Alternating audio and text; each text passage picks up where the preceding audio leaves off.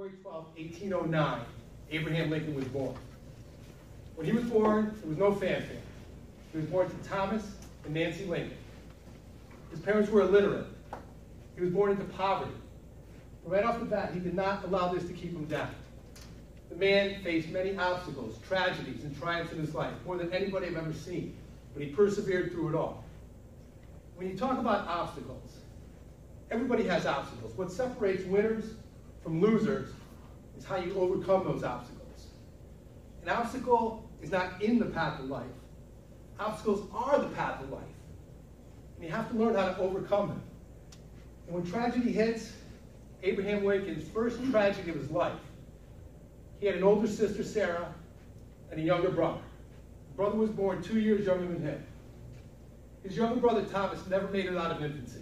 He got sick and died, devastated the family. That was only their first tragedy. 4 years later, their home in Arden County, Kentucky, land dispute, they lost their 200-acre farm. The family had to get the family up, or the father had to get the family, move them to Indiana where they squatted on land. 2 years later, in 1818, at the age of 34, Abraham Lincoln's mother died from drinking contaminated milk. Family went into crisis mode. The father went into a deep depression. Abraham became one of the men of the family. 10 years old, he's out plowing the field, hunting, getting food. He resented his father forever for making him a man at 10. A year later, his father remarried, Sarah Johnson. This woman was a widow with 3 children of her own. When she came into the family, Abe took to her like a fish to water. She was also illiterate. But what she told him was always keep pursuing your dream. She would tell him always keep reading. He read the 2 books in the house, Robinson Crusoe and the family Bible, 4 times that he could count. He had such a thirst, a quench for knowledge, that he would walk to find the nearest book. Whether it was 1 mile, 5 miles, 10 miles, he would walk on his feet to go get a book, 10 miles. And by this, he was learning and learning. The family hit more tragedy. They had to move again when he was 22 years old. At this time, he'd had enough, and he ventured outside the house. When he was 22, 3 important events hit his life. He applied for the state legislature, lost. He started his own business, failed. He said, okay, I'll go to law school. Not accepted into law school. But as he was going around town, they realized his intelligence, his honesty. And a year later, they nominated him to represent the state of Illinois militia in the Black Hawk War. Now, I don't know a whole lot about the Black Hawk War, but I know it's very impressive when they nominate somebody 23 years old to lead men twice his age. Then he hit 25. And when he hit 25, 3 more events catapulted in his life. He ran for the state legislature again. Finally, he won. He started his own business with a business partner, borrowed money. Started a general store. The store was doing well. He became postmaster of New Salem, Illinois. He's on top of the world. The wave is going.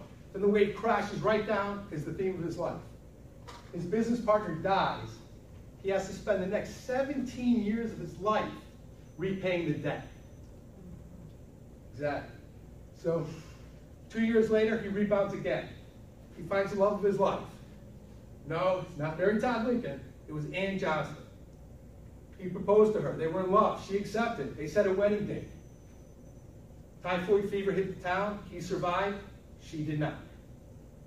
He went into a deep depression at 25. And yet again, as the theme goes, 3 more items hit him right then and there. He was reelected to the state legislature, and then he went into a deep depression and had a nervous breakdown. 25 years old, he had a nervous breakdown and spent 6 months in a hospital bed. After that 6 months, he got off, he dusted himself off, and he went and got his attorney license to practice law in the state of Illinois. Not 1 day of college, not 1 day of law school. He was back on the rise again. A couple years later, he got married to Mary Todd Lincoln, a socialite that recognized him for his poverty days. Now he was an attorney. She saw the promise, saw the future in him. Under her guidance and leadership, he tried to be elected to the United States Congress. As true to form, denied, failed. 2 years later, he tried again. He was elected. 2 years later, true to form, tried to be reelected, denied. He also tried to get a job as a land surveyor for the state of Illinois, an elected position. True to form, denied yet again. He went back to practicing law. 1854 came around, and he wanted to be a senator. Probably familiar with the Lincoln-Douglas debates. He went against Stephen Douglas. He was anti-slavery.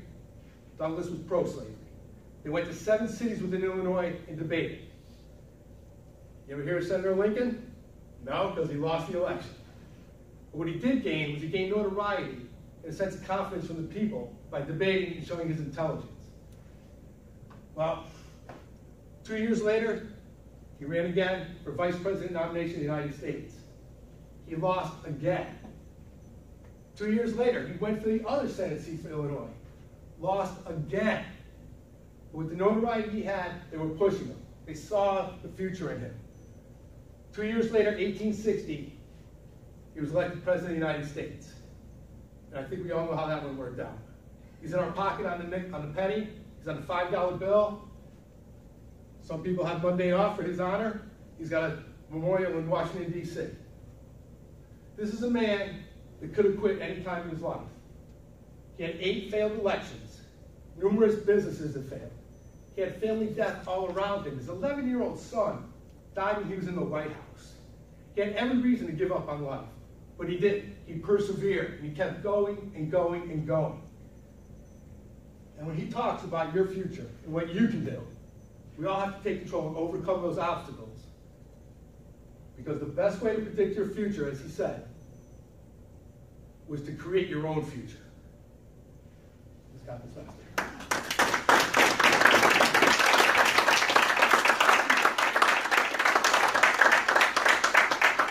Thank you, Tim.